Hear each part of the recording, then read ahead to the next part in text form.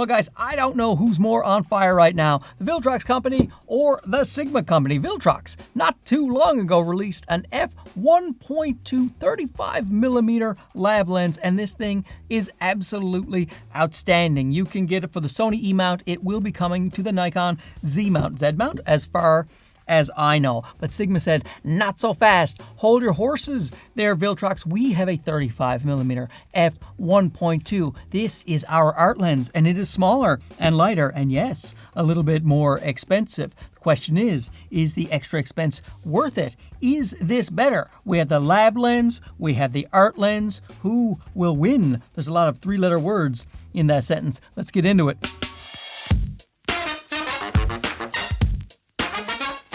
So right away, let's go out to Handsome Alley and film our most expensive model that we've ever had on the program. You can just see that background separation. It is nuts, but I really can't choose one image over the other, even zoomed all the way in. They are both amazingly sharp and fantastic lenses. Anyone would be lucky to have one of these two lenses if they wanted a 35mm for a full frame.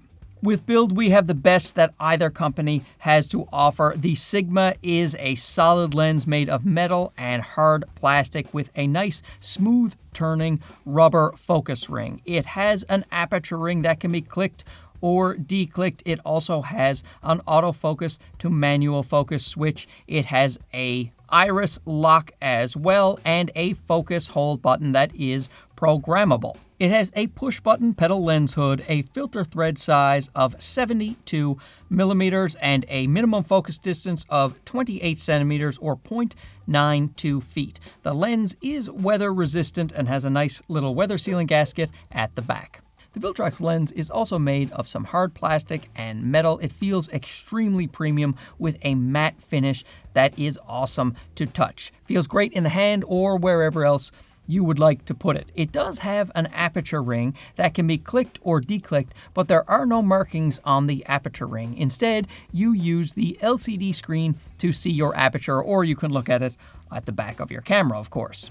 You have an autofocus to manual focus switch, two function buttons that are programmable. You have a solid pedal lens hood, 77mm filter thread. This is also weather resistant to dust and moisture, and has a minimum focus distance of 34 centimeters or 1.12 feet. In terms of weight, the Sigma is 746 grams, and the Viltrox is 923 grams. So it's almost 200 grams heavier, and you do feel that when you are picking up both lenses at the same time. I still think this is a fine lens to carry around, but it is impressive that Sigma made a lens this small that is a 1.2. And now, in terms of my own personal preference, the look and feel of the Viltrox is my favorite out of the two. There's nothing wrong with the Sigma. It is absolutely outstanding. I just really, really love the way that the Viltrox looks and the way it feels. However, the Sigma is smaller and lighter. I like the focus ring better, the way it turns the rubber. I really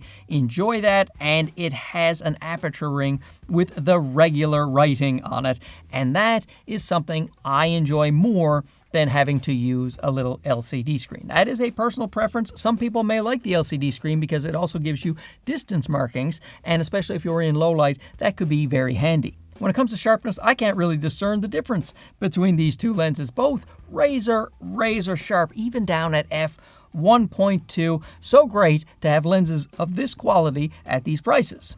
Autofocus. Both lenses are about as good as you will ever see when it comes to third-party lenses. They really feel much more like a Sony native lens or a G Master lens, but the thing is, they can't do more than 15 frames per second in AFC. So if you need to shoot more than 15 frames per second with continuous autofocus, then you're going to have to go with a native Sony lens. The third-party lenses can't go over 15 frames per second.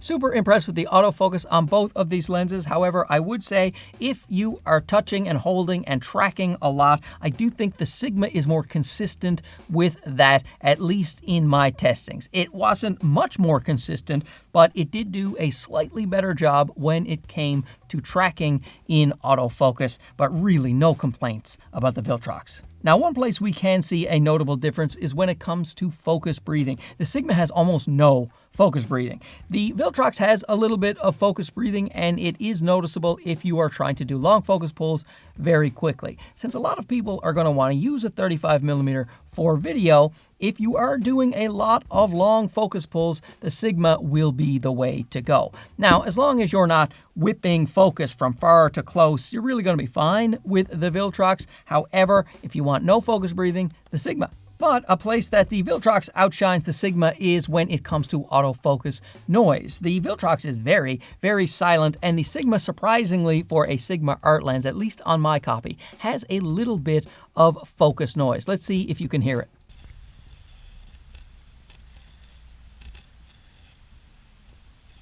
It's not very loud, but it is there, and since I'm so used to almost dead silent autofocus on a Sigma lens, that did surprise me a little bit. This is the Viltrox, on the other hand.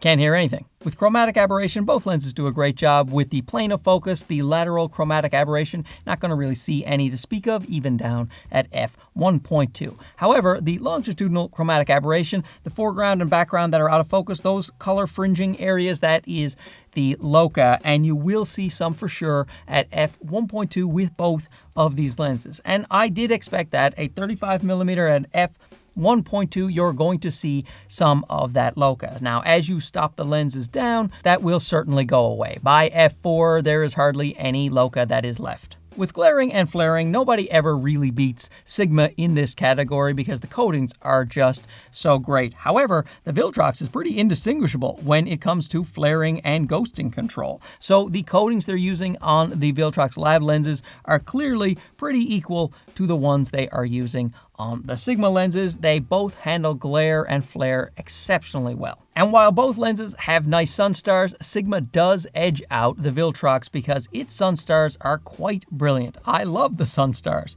coming out of this Sigma lens. The bokeh is lovely and smooth, and of course, you want lovely smooth bokeh if you have an f1.2 lens. It just looks fantastic back there, a bunch of marshmallow mush, just like you want if you open that lens all the way up. And the bokeh balls are very nice and clean and round in the middle. You will see cat's eyeing with both lenses as those orbs get closer to the edges of the frame, but I think it looks great. With price, the Sigma is coming in at $1,549 US, and the Viltrox is coming in at $999 US, and that is a considerable amount of savings, especially because I also have a 5% coupon, so you can get it for $949. It's left over from one of my other videos. Viltrox gave me a coupon. They're still honoring it. I don't know, so click on that if you're going to buy this. Save yourself another $50. But with that extra price, you are getting a lens that is better in pretty much every way, only by a tiny bit,